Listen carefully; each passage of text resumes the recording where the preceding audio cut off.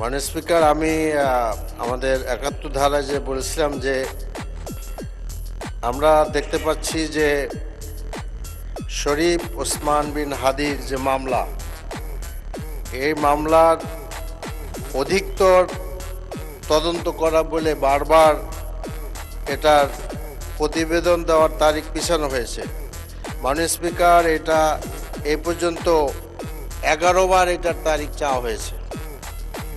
তো আমার প্রশ্ন হলো যে উক্ত মামলার তদন্তের বর্তমান অবস্থা কি এবং তদন্ত এত বিলম্বে সুনির্দিষ্ট কারণ কি, কেন তদন্ত এত লাগছে, এবং যে ভারতে আর 2 জন যাদের ব্যাপারে আমাদের দেশের পত্রপত্রিকা সহ সব জায়গায় সিসিটিভির ছবিতে দেখা গিয়েছে তারা